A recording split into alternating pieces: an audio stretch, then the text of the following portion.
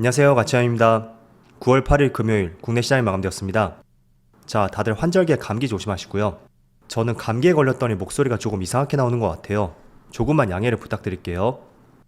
자, 오늘 코스피 코스닥의 흐름을 보면 결과적으로 봤을 때는 흐름이 나쁘진 않았습니다. 코스피가 전날과 동일하게 마무리되었고 오전장까지는 시장이 좋지 않았었거든요.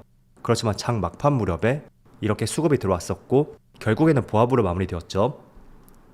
자, 그리고 코스닥도 마찬가지로 장 막판에 수급이 들어오면서 오히려 0.8%의 상승이 나왔습니다. 그래서 종합주가 지수만 보면 흐름은 나쁘지 않았어요. 그렇지만 시가총액 상위 종목들을 보면, 자, 코스피 상위 종목들을 볼게요. 결과적으로는 보합이었지만 반도체 관련주, 특히 하이닉스가 급락이 나왔었고 또 2차전지 관련주도 어제에 이어서 오늘까지 상당히 좋지 않은 흐름이 나왔습니다. 그래서 오늘은 반도체 관련주하고 또 2차전지 관련주, 이쪽이 모든 종목은 아니었지만 대체적으로 흐름이 좋지 않았었고요. 그리고 코스닥은 몇몇 종목을 제외하고 모두 빨간불이 들어왔었네요. 다시 한번 로봇 관련주 레인보우 로보틱스의 급등이 나왔고 에코프로는 장중에 100만원이 깨졌더라고요. 그런데 종가는 또 1.5%의 상승이 나오면서 100만원 근처에서 조금은 매수세가 들어오지 않았을까, 이렇게 생각을 해볼 수가 있겠죠. 그리고 코스피의 수급을 보면 9월 들어 3거래일 동안 외국인의 많은 순매수가 들어왔습니다. 그리고 이틀 동안 큰 변화가 없었지만 오늘은 또 3,500억의 많은 순매도가 나왔어요. 그래서 이게 다음 주에도 연속성을 띌 수 있는지 계속 한번 지켜봐야 될 것 같고요.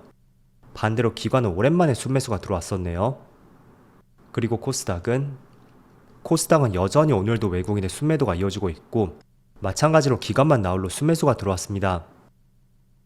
그리고 삼성전자, 오늘 기관과 외국인의 양매도가 나왔지만 과거 대비 규모가 굉장히 적다는 것을 볼 수가 있죠. 그래서 오늘은 메이저 세력들의 큰 움직임이 없었다고 생각이 되고요. 그리고 SK하이닉스는 상대적으로 외국인의 많은 순매도가 나왔습니다.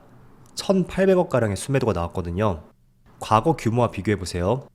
1,800억이면 가장 많은 순매도 규모라는 것을 볼 수가 있어요. 직전에 가장 많은 순매도가 찍혔던 것이 9월 4일이었죠. 660억. 그거의 거의 3배 정도의 순매도가 나왔어요.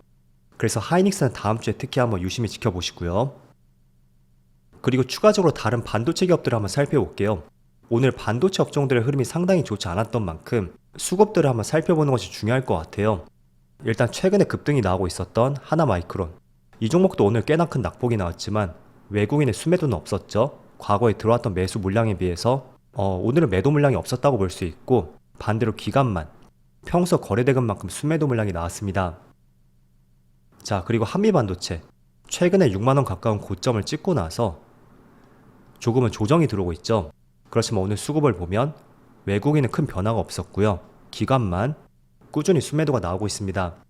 그래서 오늘은 종합적으로 반도체의 수급을 보면 SK 하이닉스만 제외하고 특별하게 걱정할 수 있는 수급은 아니었다, 이 점을 알 수가 있습니다. 그럼 이어서 주체별 매매 동향에 대해서 살펴보도록 하겠습니다. 9월 8일 외국인이 가장 많이 매수한 종목은 금양, 레인보우 로보틱스, 포스코 DX, 메디톡스, HD현대, 이런 종목들을 각각 매수했고 로봇 관련주는 또 포함이 되어 있네요. 그리고 기관도 역시나 포스코 DX, SK하이닉스, 에코프로비엠, CJ, HD현대, 이렇게 순매수 상위종을 올렸습니다. 자, 이어서 해외 증시를 볼게요. 전날 미국 증시의 흐름이 굉장히 좋지 못했습니다. 나스닥이 0.9% 가까운 하락이 나왔었고 다시 한번 60일선을 이탈하고 말았어요. 여기 빨간색이죠. 그래서 항상 시장 흐름을 볼 때 조정이 들어오고 직전 고점을 돌파하지 못한다면 앞으로는 조금은 흐름이 좋지 않을 가능성에 대해서도 조금은 생각을 해두셔야 될 것 같고요. 왜냐하면 모든 상승의 추세는 다 동일합니다. 저점을 높여가고 또 고점도 높여가죠. 그런데 반등 구간에서 그 고점을 돌파하지 못했다 라는 것은 얼마나 이어질지 모르겠지만 일단은 그 추세가 깨졌다는 것을 보여주잖아요. 그래서 지금 나스닥이 반등 자리에서 직전 고점을 돌파하지 못했고 또 60일선을 이탈했다, 이거는 다음 주에 시장도 좋은 흐름이 나오지 않을 가능성이 있으니까 조금은 생각을 해보셔야 될 것 같습니다. 그리고 S&P 500은 소폭의 약세 흐름이 나왔네요. 마이너스 0.3%. 다우지수는 상대적으로 좋은 흐름이 나왔었고요. 반대로 반도체 지수가 2% 급락이 나오면서 가장 시장이 좋지 못했습니다. 그래서 국내 시장도 마찬가지로 반도체 관련주, 어제는 나름대로 선방을 했었다면 오늘은 많은 업종 대비 가장 크게 낙폭이 나오는 것 같고요. 또 추가적으로 아시아 증시를 보면 니케이도 1.3% 급락이 나오고 있죠. 대만은 그래도 보합권이고 중국도 소폭의 약세름이 나오고 있습니다. 자, 일단 반도체 관련주는 9월 초에 외국인의 대량 순매수와 함께 삼성전자를 중심으로 큰 양봉이 나왔었고 지금 며칠 동안 조정이 조금 나왔었잖아요. 그런데 어제가 저는 개인적으로 반등 자리가 되지 않을까 이런 생각을 했었거든요. 하지만 오히려 1%가 넘는 급락이 나오고 있고 또 하이닉스는 무려 4% 이상의 급락이 나오면서 지금 위치가 모든 이평선을 깨고 내려가면서 자칫하다가는 추세를 깨고 내려갈 듯한 이런 흐름이 나오고 있습니다. 그래서 하이닉스는 한 11만원 정도 여기를 이탈하게 되면 낙폭이 조금 더 나올 가능성이 있을 것 같아요. 자, 그리고 한미 반도체도 7% 가까운 급락이 나오고 있고 하나 마이크론도 8% 가까운 급락이 나오고 있습니다. 물론 오늘 급락이 나왔다고 해서 추세가 완전히 끝난 것은 아닙니다. 하나 마이크론이라든지 한미 반도체 모두 지금 저점을 계속 높여가면서 고점도 높여가고 있죠. 추세적인 상승이 나오고 있는 구간이에요. 그래서 오늘 급락을 보면서 끝났다고 보는 것은 어려울 것 같고요. 다만 오늘 새로 나온 재료를 한번 확인해 볼 필요가 있을 것 같아요. 자, 일단은 삼성전자와 SK 하이닉스를 보면 오늘 흐름은 누가 봐도 약간은 의심을 해볼 수 있는 좋지 못한 음봉이 나오고 있습니다. 자, 그런데 아시는 것처럼 9월 초에 굉장히 좋은 흐름이 나왔었단 말이에요. 그런데 그 흐름을 조금은 훼손할 수도 있는 이런 흐름들이 왜 나오는지, 일단은 중국과 애플의 문제가 시장에 큰 영향을 미치는 것 같습니다. 자, 애플이 이틀 사이에 한 6, 7% 주가에 급락이 나왔어요. 물론 조금은 장기적으로 봤을 때는 여전히 추세 상승이 나오고 있지만 단기적으로 왜 이렇게 급락이 나왔을까? 자, 애플이 이틀 만에 시가총액이 253조 원이 증발이 되었죠. 그 이유는 중국에서 아이폰 금지령을 내렸어요. 월스트리트 저널에 따르면 중국은 최근에 공무원들에게 업무용으로 사용하고 있는 아이폰을 사용하지 말라고 명령을 했었고, 그리고 아이폰 금지령이 지금 정부기관을 넘어서 국영기업까지 확대가 되고 있다는 굉장히 좋지 못한 뉴스가 나왔습니다. 자, 그래서 여기 나와 있는 것처럼 내년 아이폰 출하량이 1천만 대가 감소할 것이라고 전망이 되고 있다고 해요. 물론 애플이 1천만 대를 잃는다고 해도 전체 아이폰 출하량의 5% 정도? 그 정도로 전망을 하고 있기 때문에 비중에 있어서는 크다고는 볼 수 없습니다. 자, 그렇지만 애플이 지금 중국에서 차지하는 매출 비중이 미국과 유럽에 이어서 세 번째이고 전체 매출의 무려 19%를 담당하고 있거든요. 자, 그래서 아이폰 금지령이 확대가 된다면 당연히 애플에 대한 주가적인 측면은 부정적으로 보여질 수밖에 없고, 그리고 이번 달에 또 새로운 아이폰을 출시를 앞두고 있잖아요. 자, 그럼 목표를 대폭 수정할 수밖에 없겠죠.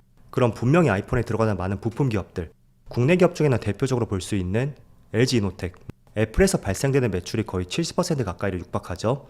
그럼 LG이노텍도 주가에 약세 흐름이 나올 수가 있고, 그리고 스마트폰에서 대표적인 것이 바로 반도체거든요. 자, 그럼 다시 반등하려던 반도체 흐름이 이런 악재 기사를 통해서 이 파급력이 어디까지 이어질지 모르겠지만 충분히 영향을 받을 수도 있다고 생각이 돼요. 그래서 오늘 반도체 관련주의 흐름이 그렇게 좋지 않다고 생각이 되고요. 또 두 번째는, 자, 지금 미국에서 중국으로 하여금 반도체 일부 품목을 수출 제한하고 있잖아요.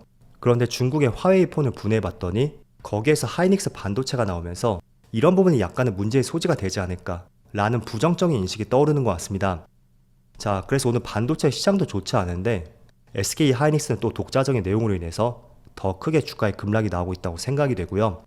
물론 하이닉스 측에서는 거래한 적이 없었고 제재 전에 수출했었던 반도체 부품이다 이렇게 발표를 했었거든요. 그렇지만 안 좋을 때는 어떤 내용을 발표해도 그게 먹히지가 않잖아요. 그래서 그 관점에서 오늘 좋지 않은 반도체 흐름에서 더 좋지 않은 흐름이 나왔다 라고 이해를 해보시면 좋을 것 같습니다. 자, 그래서 이런 이슈가 어디까지 파급력을 미칠지 모르겠어요. 그렇지만 새롭게 조금은 떠오른 이슈인 만큼 반도체 관련주 주가 흐름을 예의주시하자고 말씀드리겠고, 그리고 지금 하이닉스를 사실 제외한다면 삼성전자라든지 한미반도체, 하나마이크론 추세가 완전히 꺾였다고는 볼 수는 없거든요. 하나마이크론은 9월 초에 급등이 나왔고 그 위에서 지금 놀고 있죠. 또 한미반도체는 9월 초보다는 가격이 하락하긴 했지만 8월 중순에 나왔던 장대 양봉 자리, 그 양봉을 훼손하진 않고 있습니다. 그리고 삼성전자도 마찬가지로 9월 초에 장대 양봉 있죠.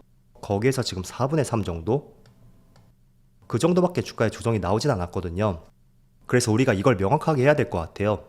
올 초에 반도체 관련주가 상승이 나왔던 이유, 조금 전 애플 아이폰 이슈처럼 스마트폰 판매량 때문에 주가에 상승이 나온 것인지, 아니면 AI 반도체라든지 또 메모리 가격 반등, 또 재고 감소, 이런 부분 때문에 반등이 나온 것인지 한번 구분을 해서 보시고요. 제가 말씀을 드린 것 중에 후자 쪽이 맞다면 지금 이런 이슈로 주가에 급락이 나오는 것은 그렇게 오래가지 않을 것이고, 오히려 어쩌면 반도체 관련주라 하여금 매수를 고려하신 분들에게 하나의 좋은 기회가 될 수 있다, 이렇게 말씀드리겠습니다. 하지만 오늘 새롭게 기사가 나온 만큼 최소한 다음 주만큼은 조금은 주가 추이를 살펴보시면서 일정 부분 관망을 해보는 것도 좋은 시점이 될 것 같아요. 자, 그래서 오늘은 대체적으로 많은 업종들이 하락을 했었고, 반대로 제약 바이오주, 이쪽은 여러 업종들이 또 강세 흐름이 나왔습니다. 대표적으로 비만 치료제 관련주, 이 비만 치료제 약이 비만 치료제를 넘어서 심혈관이나 치매, 그리고 당뇨에도 효과가 있다는 이러한 기사들이 나왔었고, 제목 그대로 판이 커지고 있다고 볼 수가 있어요. 그래서 오늘 제약 바이오주, 특히 비만 치료제 관련주, 이쪽에 강세 흐름이 나왔었고, 이 업종은 계속 신고가를 경신하고 있거든요. 제가 늘 말씀을 드리지만 신고가를 경신하는 종목들을 잘 지켜보자, 이렇게 말씀을 드리고 있죠. 그래서 비만 치료제 관련주가 오늘은 시장 확대에 대한 기대감이 커졌다고 생각이 되니까 조금 더 지켜볼 수 있는 여지가 있다고 생각이 되고, 우리나라에선 대표적으로 인벤티지 랩스라든지 펩트론, 이 두 개 대표 종목이 될 수 있겠죠. 자, 9월 첫날과 둘째 날까지 시장에 좋았던 흐름이 이번 주로 갈수록 점점 좋지 않은 흐름으로 흘러가는 것 같아요. 자, 코스피도 나스닥과 마찬가지로 한 차례 조정이 들어오고 반등 자리에서 직전 고점을 돌파하지 못한다면 상대적으로 흐름이 조금은 힘들어질 수가 있습니다. 그래서 8월 말에 말씀을 드린 것처럼 9월 시장은 8월처럼 급락장은 아니더라도 박스권에서 이렇게 횡보하는 움직임이 나올 가능성이 상당히 높으니까 이러한 시장 흐름을 예상을 해보면서 그에 맞게 적절하게 투자를 하자라고 말씀드리겠습니다. 자, 그럼 어려운 시장이었는데도 정말 수고 많으셨고요. 저는 다음 주 월요일 영상에서 다시 찾아뵙도록 하겠습니다. 감사합니다.